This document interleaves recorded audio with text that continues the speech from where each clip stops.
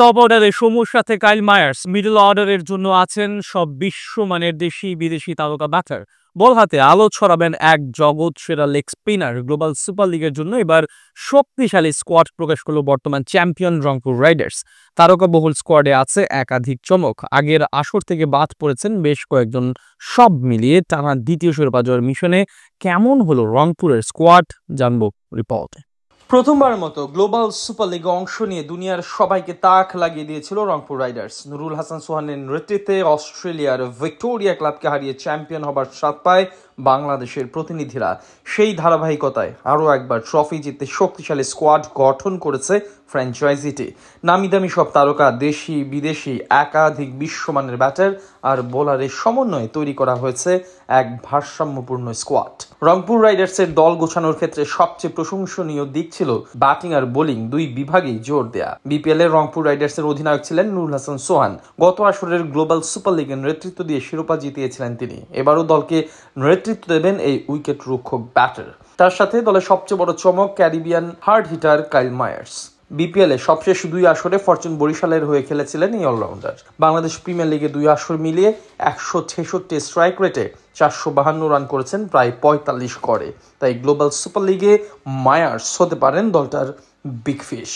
এদিকে টাইগার দল থেকে থাকছেন সৌম্য সরকার। প্রথম আসরে ব্যাট হাতে দুর্দান্ত পারফরমেন্স করে টুর্নামেন্ট সেরা হয়েছিলেন তিনি। তাই এবারও তাকে ধরে রেখেছে রংপুর। তার সঙ্গে দেশীয়দের মধ্যে ব্যাটার হিসেবে আরও আছেন ডানহাতি সাইফ হাসান, গেল বিপিএল এ সর্বোচ্চ রানের মালিক নাইম শেখ, ইয়াসির আলী রাব্বি এবং খুলনা টাইগার্সের হয়ে অসাধারণ এক মৌসুম পার করা তরুণ উইকেট কিপার মাহিদুল ইসলাম অঙ্কন। তবে আন্তর্জাতিক ব্যস্ততা থাকার কারণে দলে নেওয়া হয়নি শামীম পাটোয়ারি, শেখ মাহাদি আর লেগ স্পিনার রিশাদ হোসেনকে। এদিকে বিদেশি ব্যাটার হিসেবে কাইল মায়ার্সের সঙ্গী পাকিস্তানের তরুণ স্টাইলিস্ট ব্যাটসম্যান খাজা নাফে। তার সাথে আছেন আফগান ব্যাটার ইব্রাহিম জদরান। তাদের সমন্বয়ে বলা চলে মৌসুমের সবচেয়ে শক্তিশালী ব্যাটিং অর্ডার গড়েছে রংপুর পরিবার। বোলিং এর দিক থেকেও তারা বেশ সমৃদ্ধ। বিশেষ করে অলরাউন্ডার হিসেবে ইফতেখার আহমেদকে ভিড়িয়ে বড় চমক দিল ফ্র্যাঞ্চাইজিটি। তার সঙ্গে সবচেয়ে বড় চমক প্রোটিয়া স্পিনার তাবরাইজ শামসি। মূলত গায়ানার স্পিন বান্ধব উইকেটের জন্য তাকে নিয়েছে ফ্র্যাঞ্চাইজিটি, যেটা হতে পারে বড় ট্রাম্প কার্ড রংপুরের জন্য। আন্তর্জাতিক টি-20 ক্রিকেটে 70 ম্যাচে মাত্র 7.39 ইকোনমি রেটে 89 উইকেটের মালিক শামসি। আর ওভারঅল সংক্ষিপ্ত ফরম্যাটে শামসির নামের সঙ্গে আছে 328 উইকেট। এর আগে দক্ষিণ আফ্রিকার জাতীয় দলের হয়ে ধারাবাহিক পারফরমেন্সের সুবাদে লম্বা সময়ের জন্য আইসিসি টি-20 র্যাঙ্কিংয়ে নম্বর 1 বোলার ছিলেন তিনি। তার সাথে আছেন তরুণ রাকিবুল ইসলাম। পেসার হিসেবে দেশীয় কামরুল ইসলাম রাব্বি আর আবু হায়দার রনির সঙ্গে আছেন বিপিএল মাতানো আকিব জাভেদ।